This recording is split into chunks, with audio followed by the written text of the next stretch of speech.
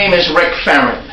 Jehovah's Witnesses are best known for their door-to-door proselytizing and their distribution of the Watchtower and Awake magazines.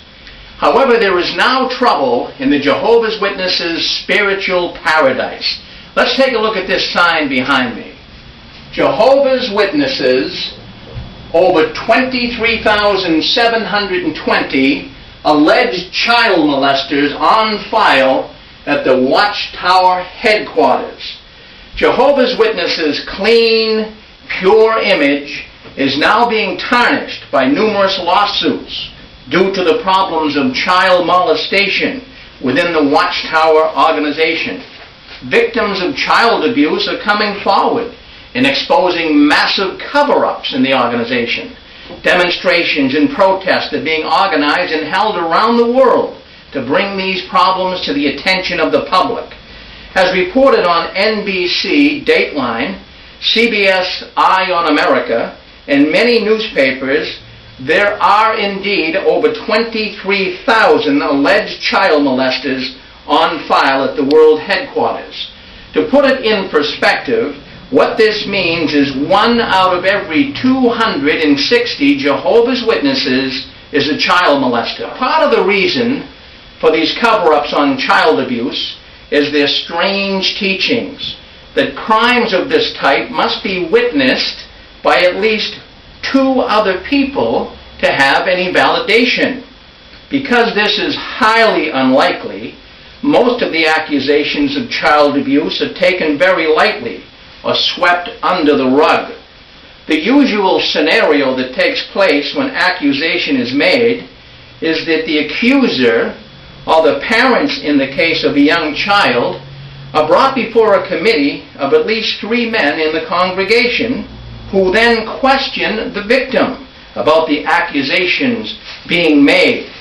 If the accused party is present, he or she will be asked if they are guilty of the accusations. If the answer is no, then it is suggested to just let it go. To further add to this horrendous problem, one should be outraged at what was written in the January 1st, 1997 Watchtower, page 27. This Watchtower right here, "Let us abhor what is wicked." And under the small heading here, "What of a child molester?"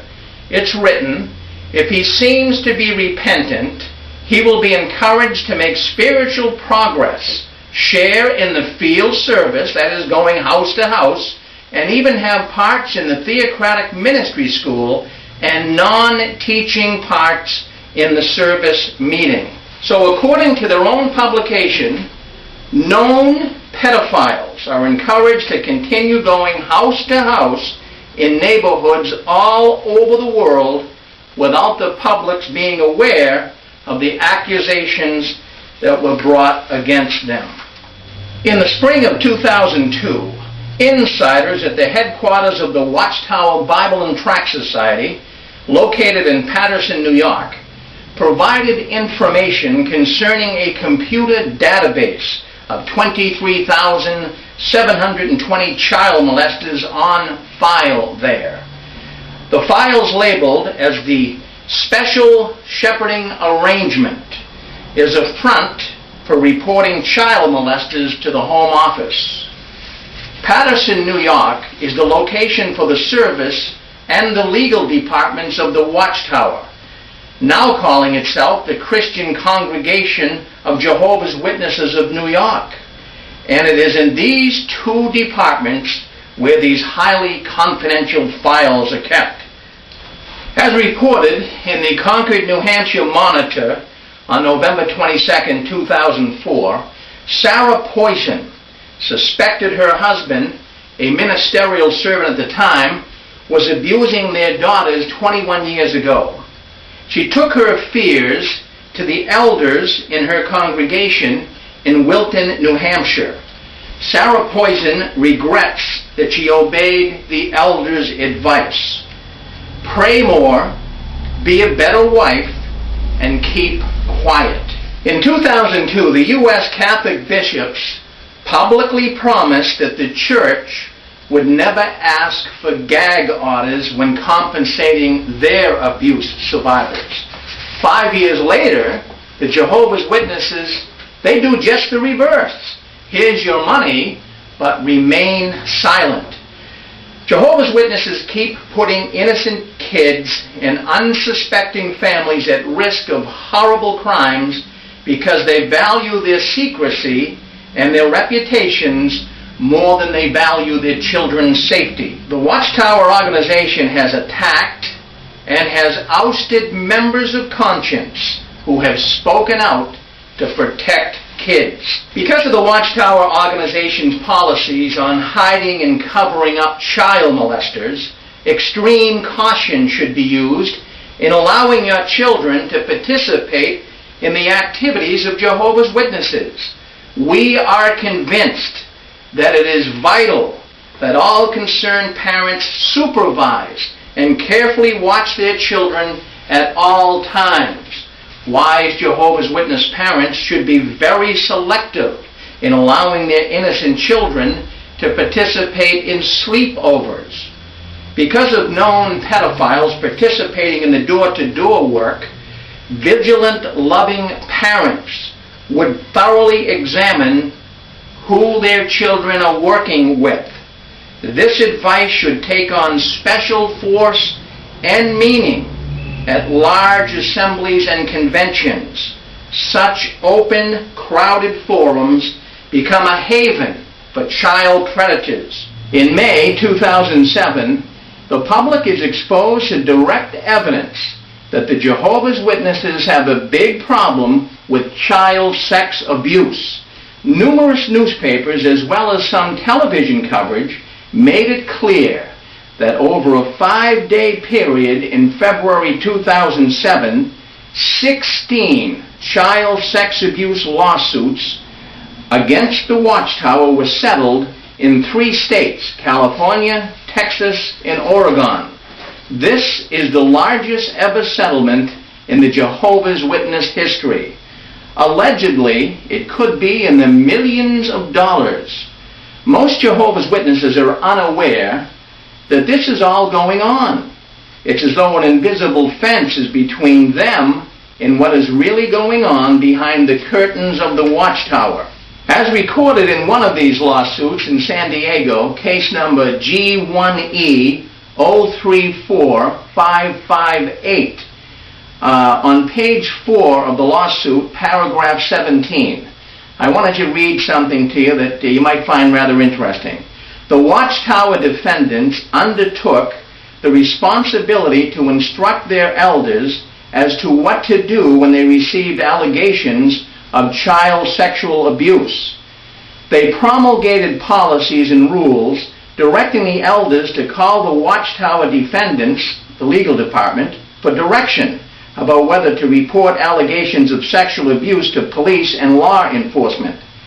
The policies were designed to prevent cooperation with, if not frustrate, secular investigations.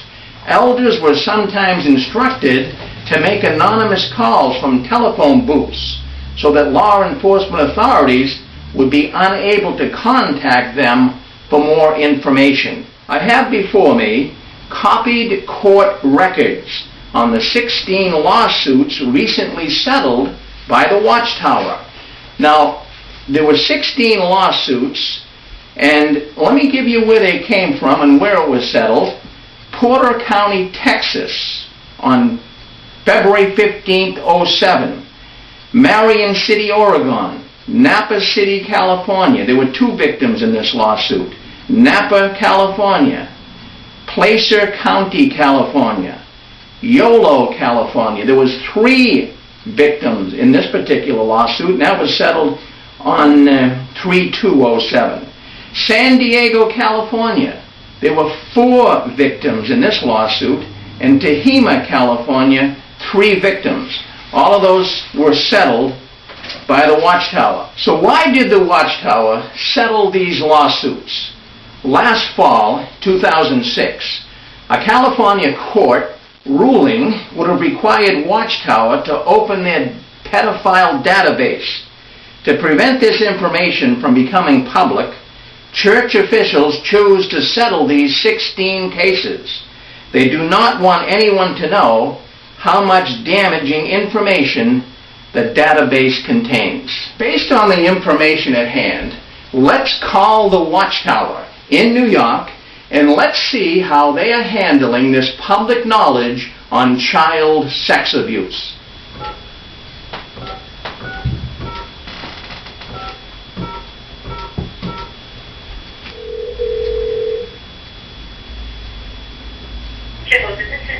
Yes, good morning. Morning, Jehovah's Witnesses. Yes, good morning. Can you hear me okay? Yes, now I can. Good. I'm trying to get a hold of the legal department. If you will, let's see. Patterson operator. Hi, yes, good morning to you. How are you today? I'm fine, thank you. Good. I'm trying to get a hold of someone in the legal department. Thank you. Thanks for waiting. How can we help you today? Hi, yes, sir. My name is Rick Farron, and I'm calling from Massachusetts. And what's your name, sir? Let me ask this, Rick. Which newspaper are you with? Actually, I'm not with the newspaper. Oh, okay. Very good. Do you know which organization or business you're representing? What I am is I've been associated with the witnesses for many years. I am not a Jehovah's Witness, but a lot of my family members are.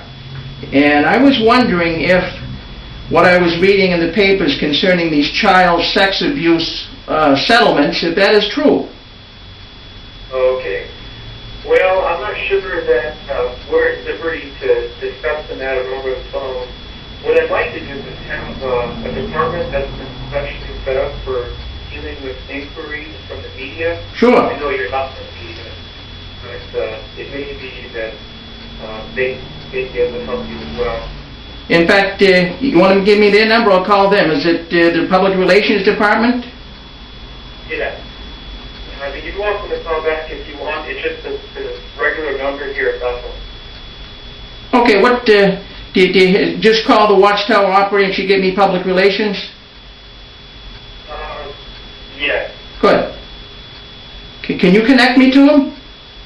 Pardon me? Could you connect me to him? To that department? Yeah, I can try. Thank you. Can I introduce you by your last name? Yes, Farron. How do you spell it? That's F-E-A-R-O-N. Okay. Mr. Farron. Okay. And you're calling from Massachusetts? Yes, I am. Okay.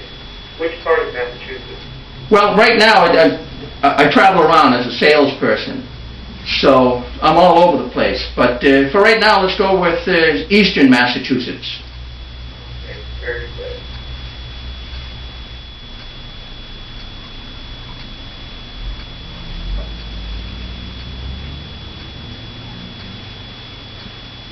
So, are you still there? Yes, right here. What I have is we're trying to connect you through to our Department of Vehicles and Media. Yes.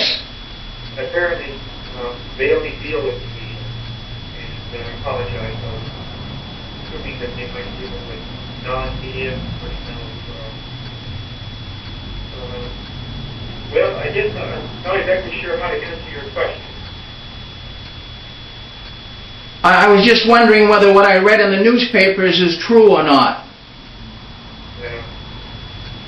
That's the challenge I have, because I'm not sure how to answer your question, and I apologize for that. All right. Well, what I'm trying to, I have a lot of relatives that are witnesses, and Okay. it's a lot of nieces and nephews and young children, and, you know, it's quite alarming, and unless the paper over-embellished, but it seemed like there was a major problem in the organization with child abuse. But I was just trying to see what the headquarters itself would say on that, because, you know, asking your relative witnesses, they don't make comment.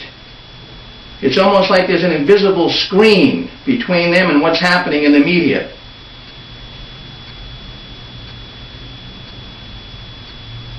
But I can appreciate that you're on your own civilians, and I don't think you really have anything to say in response to that. If you were to ask your family about what you're reading? Would they have any comments for you? Well, I've asked them before about it, but they just seem to think that somebody on the outside is making it up. And it's some type of a form of persecution that's coming against them. Well, Mr. Farron, I apologize that I'm not really able to comment on the situation.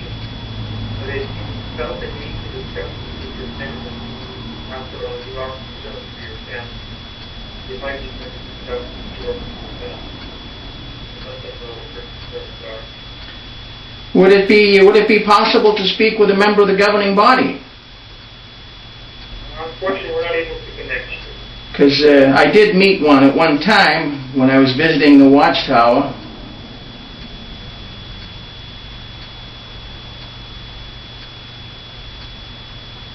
So there is no comment? Unfortunately, I'm not able to comment at all on the situation. All right, so nobody really wants to say much at all. Well, you know, it's kind of... I have to take it as evidently it's true. I have to take... All your own conclusions, that's okay. Okay. Well, thank you at least for talking with me. You're welcome. Thank you for your help, Mr. Farron. Thank Enjoy the rest of your day. Thank you. Bye now. Well, as you can see, the Watchtower doesn't want to make comment, but what the legal department said is they could not make comment on it. Now, this is lawsuits that have been settled. Obviously, you have to take that as it did happen, or otherwise he would have said absolutely not. He wanted to know my name. Of course, he wouldn't give me his name, as usual, for the Watchtower. And then also, he wanted to know where I lived. And what he was trying to do there, I'm sure, is try to check and see who I was. And I didn't identify myself as a witness. I just identified myself as one who was associated with the witnesses. But he was trying to find out where I was coming from. And I told him from Easton, Massachusetts. But public relations, he said, would be handling this. He was unable to put me in contact with public relations because he said only the newspapers and the media have access to the information on that right now.